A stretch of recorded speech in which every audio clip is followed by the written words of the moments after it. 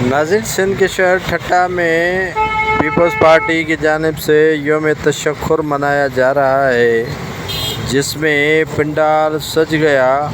कारकुनान की आमद का सिलसिला शुरू हो गया। पंडाल खचाखच भर गया।